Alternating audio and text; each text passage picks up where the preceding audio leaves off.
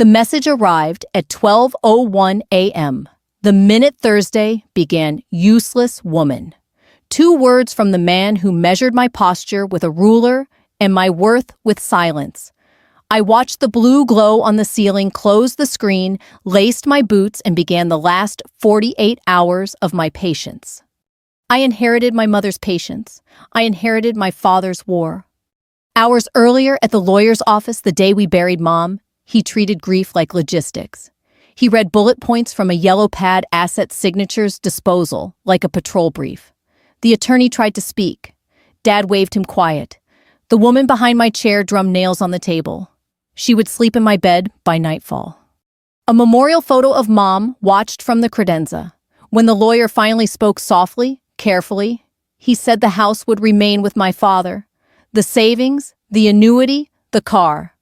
A separate bequest went to a companion name withheld. My name appeared once a note of confidence. I would continue in service. Dad underlined the sentence with the pen he used for checks. Then he looked at me steady and dismissive. My mother was my world, I said. She was my wife, he answered. I pushed the chair in, smoothed the black dress I'd worn to lower her into the ground, and said, "Thank you for the clarity." The attorney's mouth open-closed. The woman leaned into Dad and said not quietly, "She'll be fine. She always wanted to play soldier." By dusk, my suitcase was at the curb. My boots lined the porch like contraband. He wouldn't meet my eyes. On the last plank, he placed my key in my palm. Wrong uniform for this family. In the doorway, the woman Dina wore my college sweatshirt. She smiled. Not kind. So I left, I tell people now, and that's true. But it leaves out the stop I made at the mailbox to look at the hydrangeas Mom planted like little blue battalions. The wind moved them. The chimes under the eaves ticked. I smiled knowing the door was closing to keep the weather and not me out. Training taught me not to plan while the blast still echoes. Mark the exit. Gather intel. Wait for the window that opens once. That night, I rented a unit. Inside smelled like cardboard, a ceramic angel from Mom's classroom, a quilt she stitched the winter my class nearly froze in the Pacific, and a tin of index cards in her blue handwriting. On top sat an envelope for Thursday. I didn't open it. Patience is action without hurry, Mom used to say. I set the envelope aside and made a list 3 columns on a legal pad. What I can control. What I can't. What I will. Under can I wrote my calm, my records, my proof. Under can't his barbs, her smirks, the past. Under will honor Mom. Keep my word. Use time like a blade. People assume rage is loud. Mine wasn't. I reported for duty, logged my hours, put miles on the treadmill and said nothing. Silence is not surrender. It is a tactic. Wednesday night, I stood in the shower until the hot water quit. The old scars along my shoulders sang like metal in a storm. I toweled off, pulled on the gray t-shirt my team gave me after a bad ops stay ice, and opened the index card tin. On top, a bent card with 2 lines, patience is not waiting without action. Patience is action without hurry. I underlined it again and opened the envelope marked for Thursday. Inside was a deed, not to the house, but to the narrow lot behind it, where the oak roots buckle the fence. In the margin, Mom had written, "Plant something here that outlives us."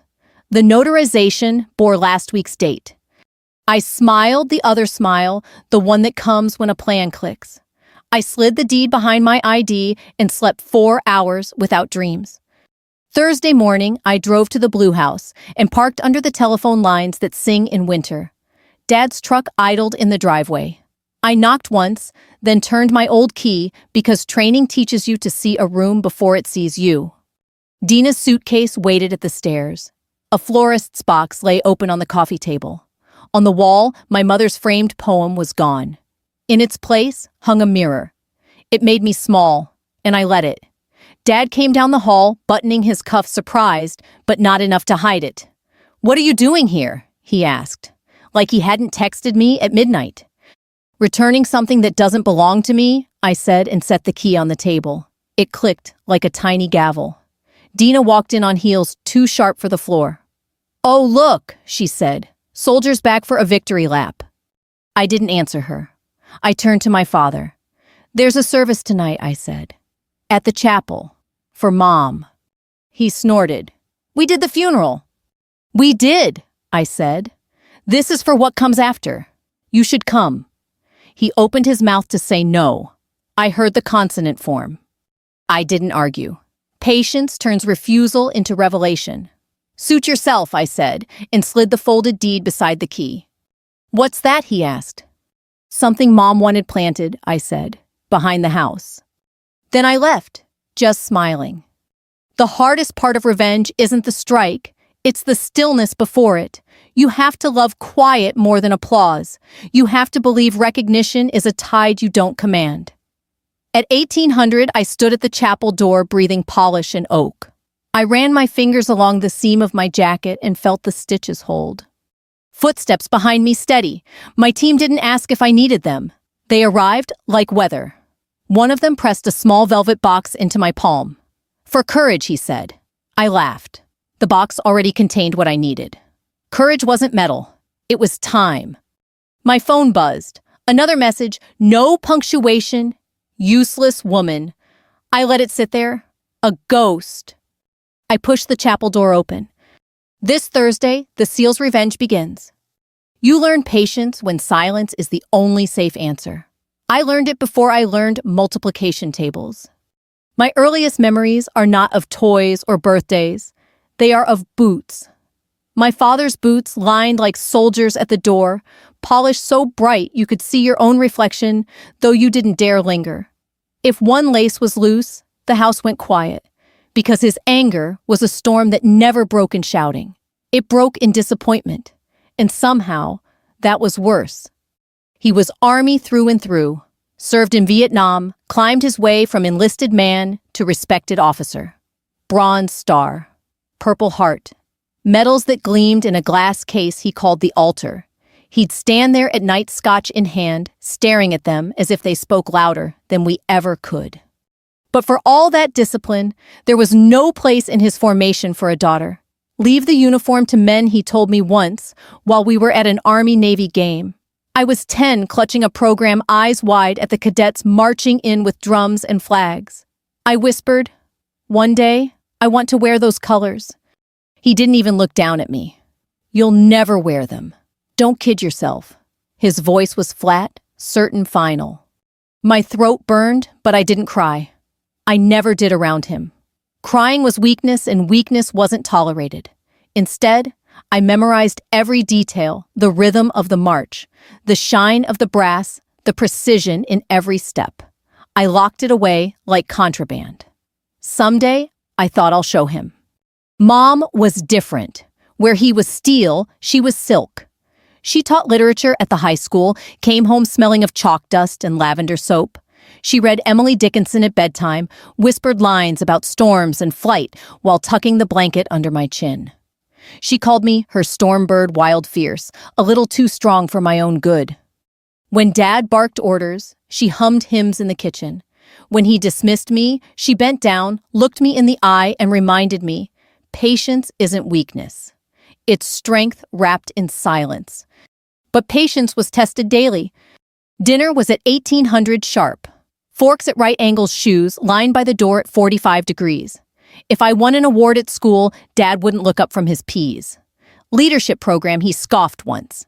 That's not how we build families.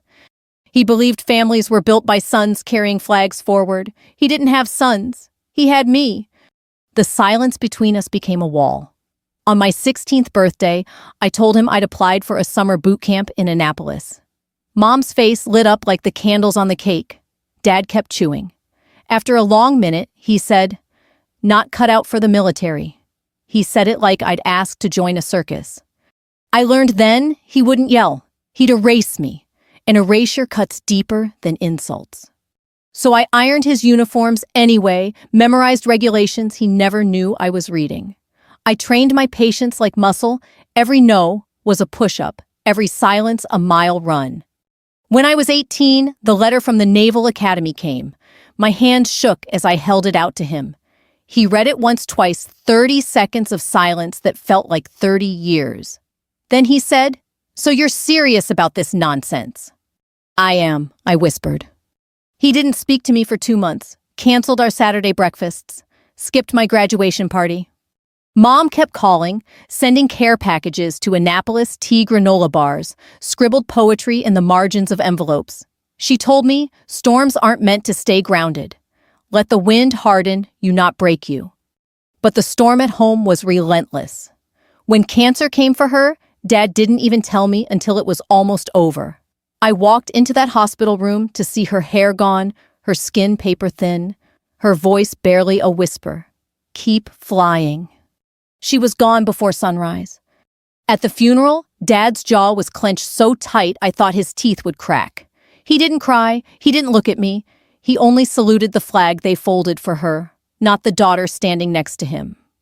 And that night, after the dirt had settled on the casket, he dragged my suitcase to the curb and spat the words that would follow me for years. Useless woman. But I wasn't useless. I was patient. And patience, I knew even then, could be a weapon sharper than any blade. Patience carried me through the gates of Annapolis, but grit kept me there. The Naval Academy doesn't soften for anyone, least of all a girl whose father called her useless. Plebe summer was a crucible, early wake-ups, endless drills instructors screaming until your ears rang. I saw men twice my size crumble under the pressure, but I refused to. Every time someone barked, "You don't belong here," I told myself good. That means they noticed. I studied longer than the rest ran until my lungs shredded, and when my body begged me to quit, I remembered Mom's voice.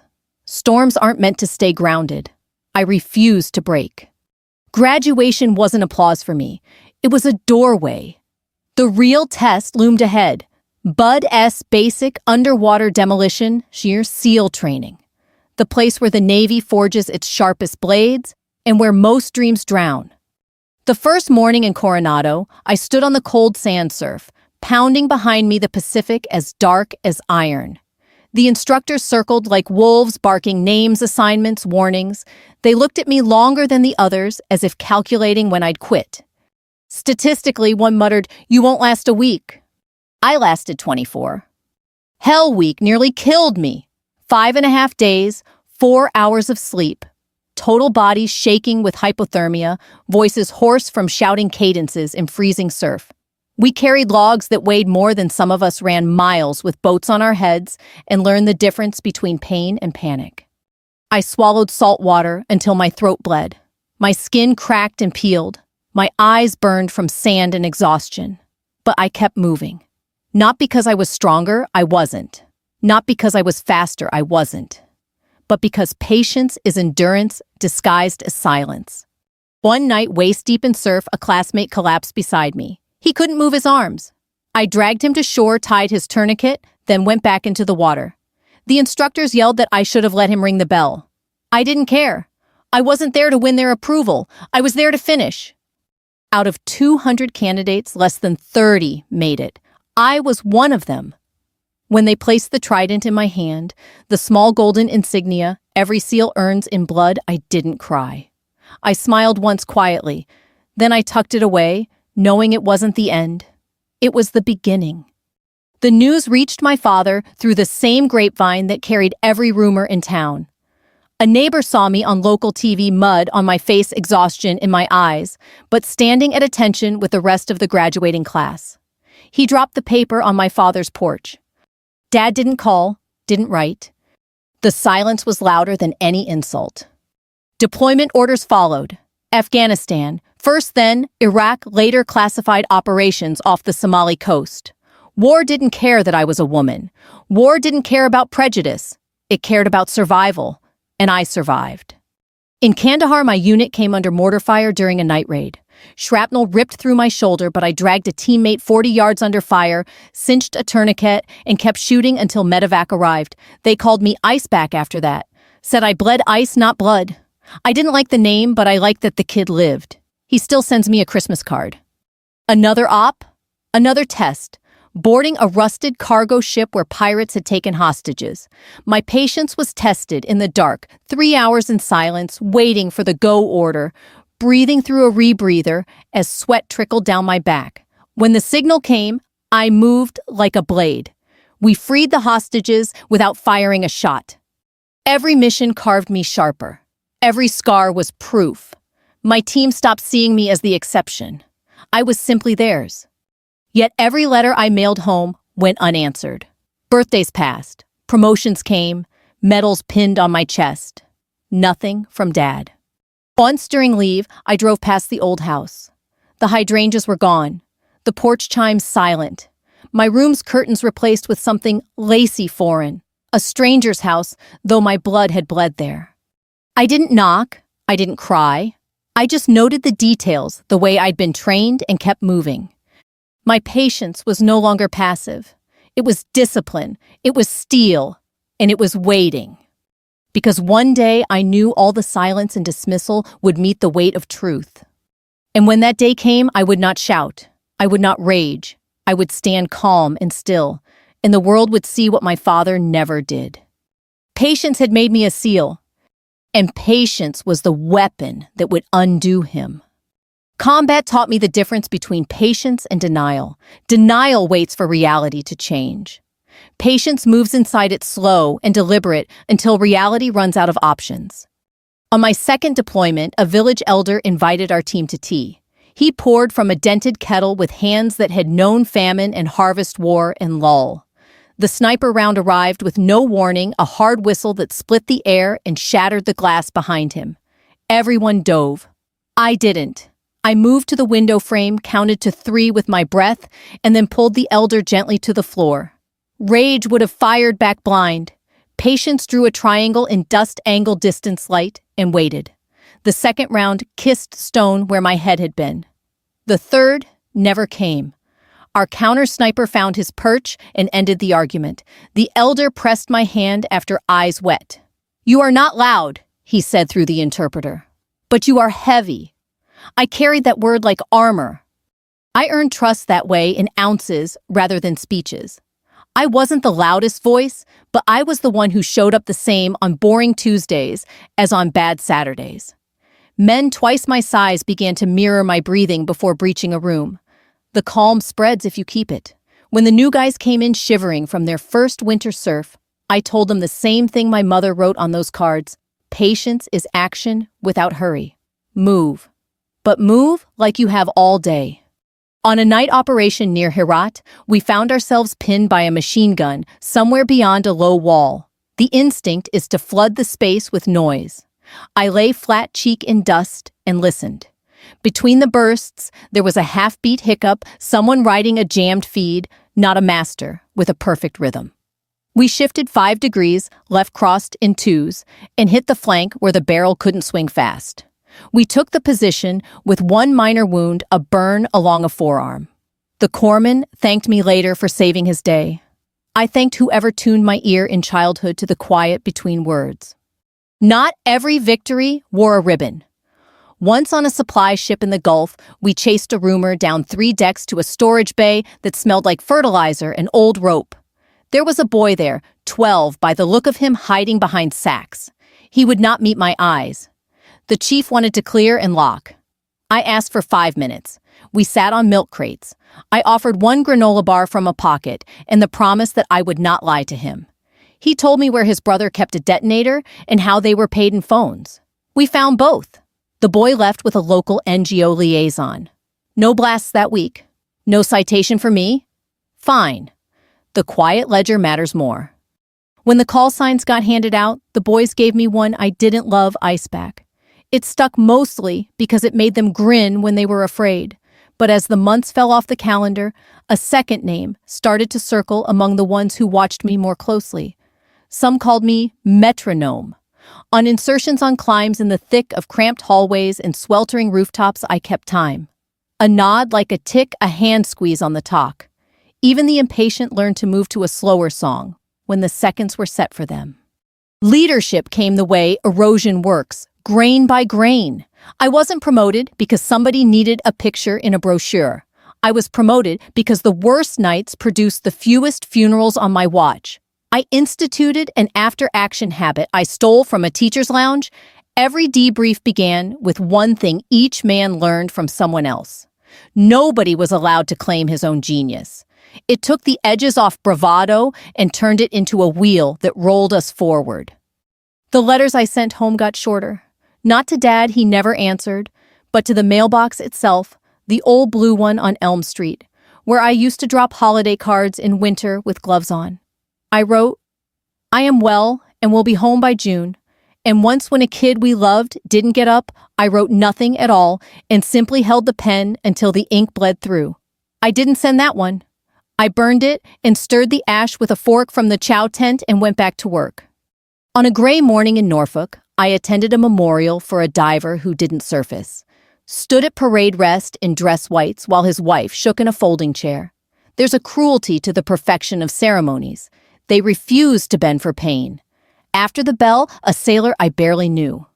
Nervous acne-scarred 19 asked if I'd look at his quals packet.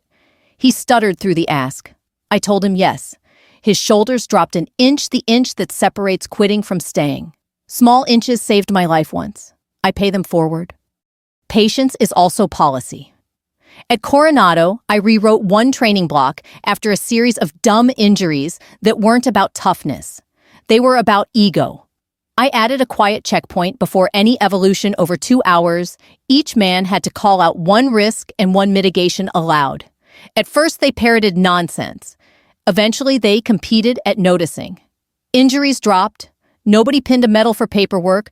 But 3 years later, I met a man in a grocery store who told me his knee still worked because of a change I'd made with a pen.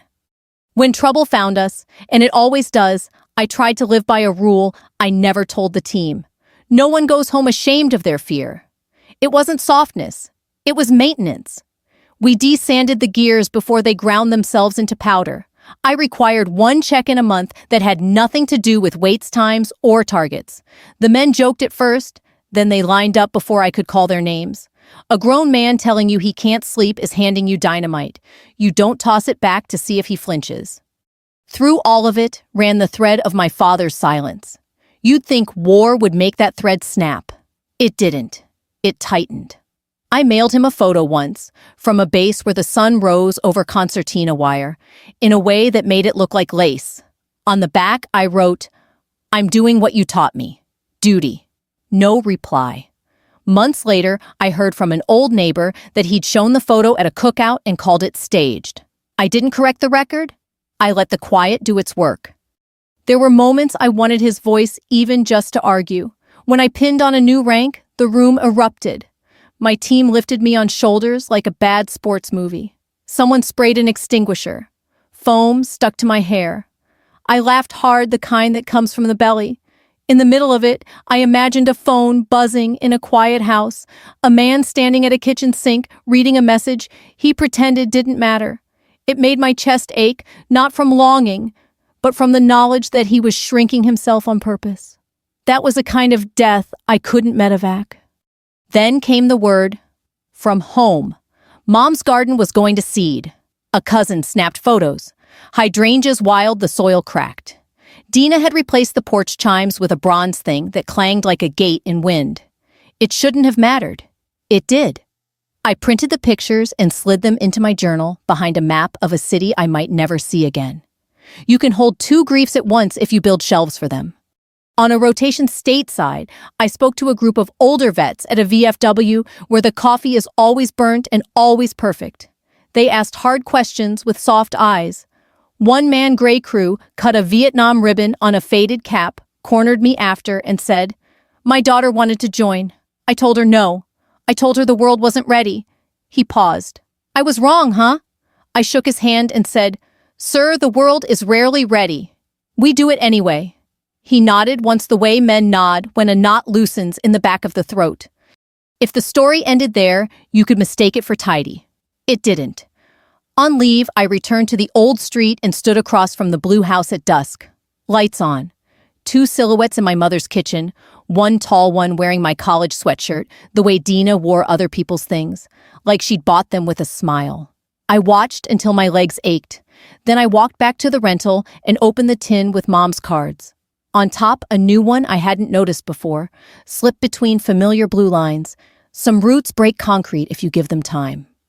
I decided then that my patience wasn't just endurance, It was leverage. Every mission, every policy, every man who found his breath because I lent him mine added weight to the scale. When it tipped, it would not be because I shouted.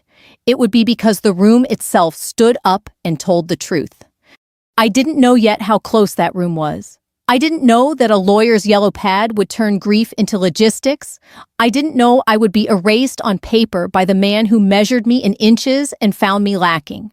But the ground was already moving under my feet, slow as a tide. And I, stubborn as bedrock, had been waiting my whole life to let the water do its work. Patience had given me victories without headlines. It would give me one more loud, public, impossible to deny. The ground didn't give way in a firefight. It shifted in a conference room that smelled like copier toner and lemon cleaner. Probate conference, the email said. The subject line used my mother's name like a file number. I wore a dark blazer. Dina wore my college sweatshirt again, as if she were staging a petty occupation. My father sat at the head of the table with the posture of a man who believes chairs salute him. The attorney, a thin man with careful hair, stacked papers into squares. I'm sorry for your loss. He began the American preface to every hard thing. Mrs. Holstead's will was updated last spring. Primary residence passes to Mr. Holstead. Financial assets are consolidated into a trust with Mr. Holstead as trustee. There is a small bequest to a companion. He glanced at Dina and cleared his throat. Ms. Dina Avery. Her nails tap, tap, tap like a metronome set to smug. And to me, I asked. He lifted a page. A letter, he said, gently expressing confidence. You will continue your service. No monetary gift specified. He slid an envelope across the table. My name in blue ink. Mom's hand.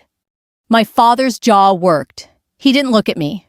She always wanted to be a soldier, Dina said, laughing a little. Now she can focus. I held my breath for 4 seconds, the way we're taught to hold it under surf, so panic has no place to sit. Then I opened the envelope. Inside one sentence I already knew by heart. Keep flying. And beneath it, a copy of the deed I'd found narrow lot rear of the property recorded last week. In the margin, Mom's tiny script repeated itself, plant something here that outlives us. There are moments when humiliation burns hot, others when it burns clean. This was the latter. They thought they were cutting me out. In a way, they were cutting themselves off. Thank you, I said and stood. Dina's eyebrows climbed. That's it. No scene. No. Girl tears. I slid my chair back in square with the table. Scenes are for people who ran out of steps, I said. I'm only on step 1. The attorney watched me, like you watch a fuse you hope isn't lit. Ms. Holstead. I'm fine, I said. Truly. I slipped the deed into my inside pocket with my ID and walked out into noon, so bright it erased shadows. In the parking lot, my phone buzzed. A text from an unknown number. It read like every message my father ever sent, short, declarative, dismissive. Do not return. No signature, none required. I didn't respond. I forwarded the email and the deed copy to a number in my favorites, Parker, a Navy vet turned real estate attorney who had once pulled evidence out of county records faster than a corpsman pulls gauze. 10 minutes later, he called. You have more than you think, he said without hello. Rear parcel has the utility easement for the main house. Water line and the clean-out sit on it. Also, a recorded right-of-way down the driveway that the main parcel can't interfere with. Plain English. If you own the backlot, you control every shovel that touches the ground between the oak and the alley, he said. If they block your easement, you can stop work pull permits and make their life very administrative for a very long time. I looked down the street. Hydrangeas wilted in the heat. I don't want to make their life anything, I said. I want my mother's life honored. That's the more potent move, he said quietly. File the deed. Plant the things she asked you to plant. Invite the world. He didn't have to say the rest. Some defeats travel best in a crowd. I spent the afternoon at the county recorder. The clerk had a flag pin and a stack of forms that looked like they'd been photocopied since Vietnam. Original deed, she asked. Yes, ma'am. ID. I slid over my card. Her eyes paused at U.S. Navy. She smiled. Thank you for your service. She stamped the page so hard the desk shook. There, the dirt knows you now. Outside, I dialed the chapel, the same one where Thursday would begin. Father Morris remembered my mother's book drives the way she'd stand at the back, handing paperbacks to kids who smelled like summer. Of course, he said. We'll open the hall for a remembrance. Tonight. Thursday, I said. Evening? Short notice, he cautioned. Ma'am, I said, old habits. Short notice is sometimes the only notice we get. He laughed, called me ma'am back, and put me on the calendar. I texted my team one line, Chapel Thursday, 1900 dress if you can. No explanation. You don't explain gravity to men who live by weight. I went to the VFW and thumbtacked a paper on the corkboard next to a fish fry flyer and a free blood pressure clinic. In memory of Margaret Holstead, teacher. Thursday, 7 p.m., Navy Chapel. I drove by the high school where Mom taught. Mrs. Keating, her old colleague, hugged me hard enough to make my ribs creak. Bring them, I told her. Her kids, her readers, anyone who kept a bookmark because she gave it to them. She wiped her eyes with the back of her hand. They'll come, she said. Your mother could make a stone read. At dusk, I parked across from the Blue House. Dina stood in my mother's kitchen, elbows on the counter, scrolling her phone. My father passed through the frame, straight back arms, crossed like a ghost rehearsing living. I didn't knock. I took a picture not to send, but to study what people hang on walls when they think no one is looking, tells you everything. The mirror glared. The poem was gone. A small thing. But small things write the big story. On my way back to the car, Mr. Price, the neighbor, who'd lived through 3 administrations of our family drama, shuffled out in his slippers. Heard there's a service, he said. Your mama taught my grandson to read with baseball box scores. Thursday at 7, I said. He nodded. I'll wear my good hat. At the apartment, I laid out my dress uniform on the bed and ran a cloth over the brass until it caught the lamplight. Not for show, for truth. I checked the velvet box a teammate had pressed into my palm, the metal I'd pretended not to need. Inside, beside the metal, someone had tucked a folded paper. 5 names. The ones we didn't bring home. I smoothed it, then set it on my nightstand like a guard. Around 9, Parker called back. One more thing, he said. Your deed includes a right to erect a commemorative marker on the rear parcel. No HOA override. If you hold a dedication, it becomes a protected structure. They can't touch it without court involvement. A garden, I said. A bench. A plaque. He was quiet a beat. Make it beautiful, he said. Make it irreversible. The old me, the one who needed Dad to look up at dinner, would have wanted confrontation. The woman I had become knew better. The sharpest blade doesn't flash. It waits where the light will find it. I sent one last message to a number I never deleted. Service for Mom. Thursday, 1900. Chapel. No accusation, no plea. Just coordinates and time. In my world, that's how you invite a man to learn. His reply came in 3 minutes. Busy. I put the phone face down and went to my mother's tin of cards. Today's read, let patience do the heavy lifting. You just hold the line. So I did. I held it by calling the nursery before close and ordering 20 hydrangeas and 1 young oak. I held it by drafting a plaque inscription on a legal pad until the words stopped sounding like mine and started sounding like hers. For Margaret Holstead, who planted readers and raised 1 stubborn sailor. I held it by choosing a bench wide enough for 2 people who needed to learn how to sit again. And I held it by sleeping 8 straight hours for the first time all week. War taught me to rest when I could. Revenge, if you build it right, requires stamina. The body is part of the plan. In the morning, I woke to a sky so clear it looked ironed. I ran 3 miles, ate oatmeal like a recruit, and pressed my uniform with the same care I'd used as a girl ironing my father's. Square corners, clean lines. I pinned my ribbons not as decorations, but as footnotes. At noon, Parker confirmed the filings were live. You own the back, he said. Anyone touches that soil without your say, the county will cut their hands with paper. He chuckled at his own joke, then sobered. You sure you don't want me there tonight? I'm sure, I said. I won't be alone. By late afternoon, the chapel smelled like furniture polish, and lilies. Volunteers from the high school set out cookies in the hall.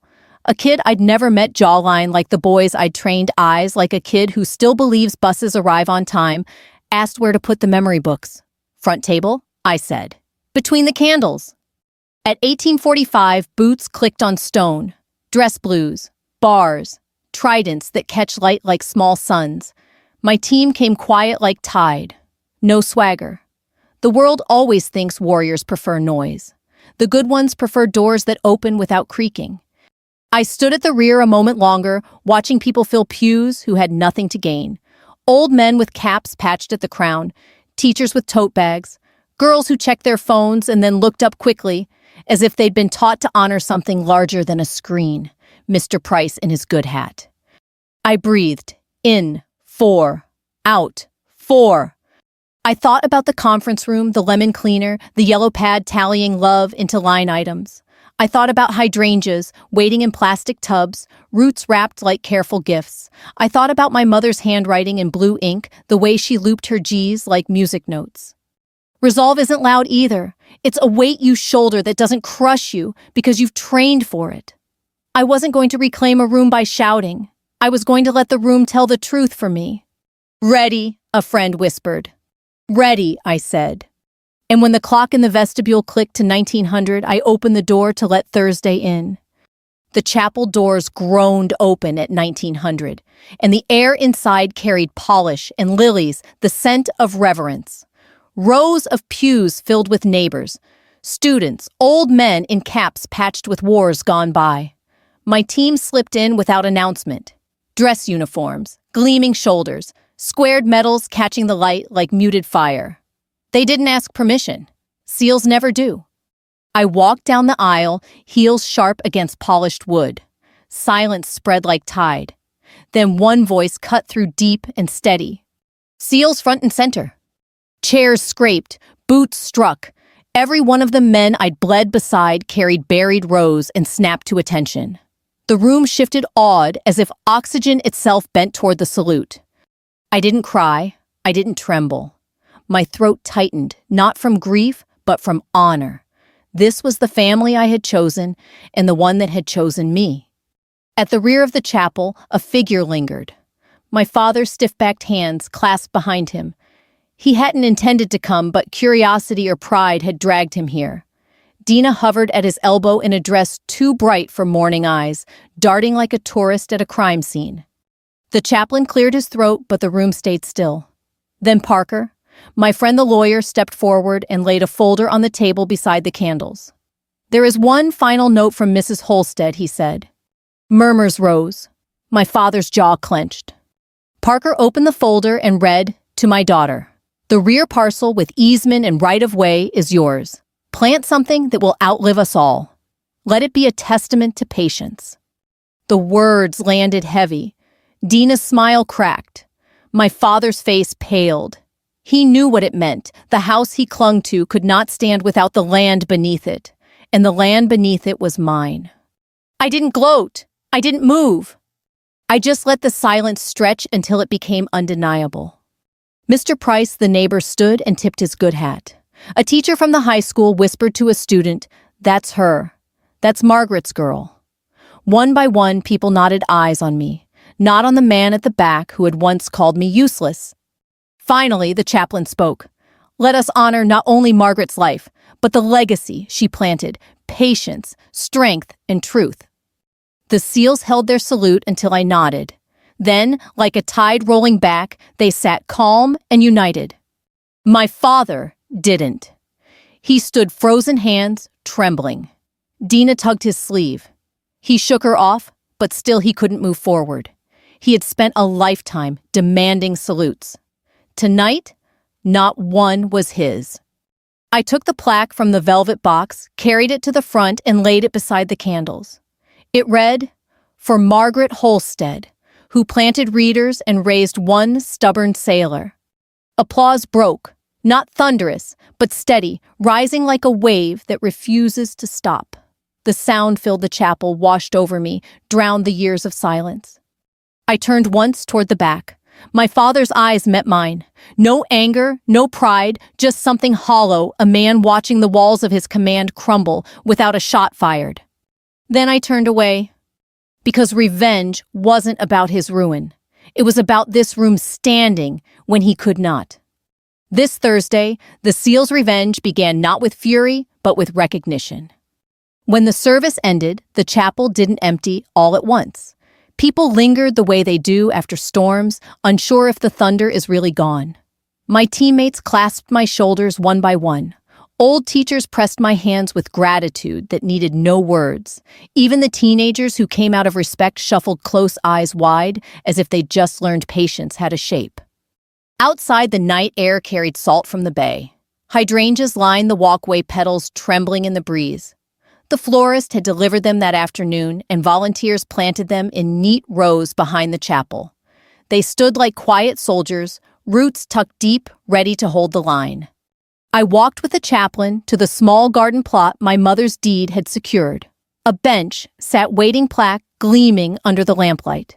For Margaret Holstead, who planted readers and raised one stubborn sailor. I traced the letters with my thumb. Not victory, continuity. Behind me, a shuffle of shoes. My father stood at the edge of the path, hat in his hand, Dina nowhere in sight. He looked smaller than I remembered his frame, bending with an age I'd been too stubborn to notice. For a moment, neither of us spoke. Finally, he cleared his throat. "You made them stand," he said. "They chose to," I answered. His eyes dropped. "Your mother. She always said you were stronger than I knew. I suppose she was right." His voice cracked faint as the creak of old floorboards. "I didn't come here to fight. I came to see." I nodded once. Not forgiveness, not reconciliation, just acknowledgement. That was all patience required. He set his hat back on his head and walked away, shoulders stooped. He didn't salute. Not yet. Maybe never. But that was his burden now, not mine. I sat on the bench, listening to the quiet. My team had faded into the night, but I still felt their presence, an unspoken promise that I would never walk alone. The revenge people imagine is fire and fury, walls burned and enemies broken. Mine was different. It was a room full of warriors standing when my father couldn't. It was silence turned into applause. It was a garden planted in soil he thought he owned, growing roots that will outlast us both. Patience had carried me through every insult, every silence, every dismissal. It carried me through war, through grief, through exile, from the very house I grew up in. And in the end, it delivered me here, not triumphant, but steady. I looked up at the sky, clear and sharp, the kind my mother called sailor's blue. I whispered, "I kept flying, Mom." The hydrangeas rustled as if in answer. Some people think revenge is about destruction, but the deepest revenge is recognition, when the world sees you for who you are, even if blood never does. So I ask you, who stood for you when others wouldn't? When did your silence turn into strength? If this story brought you something, clarity, courage, maybe even comfort, share it. Leave a comment. Subscribe for more. Because we rise together.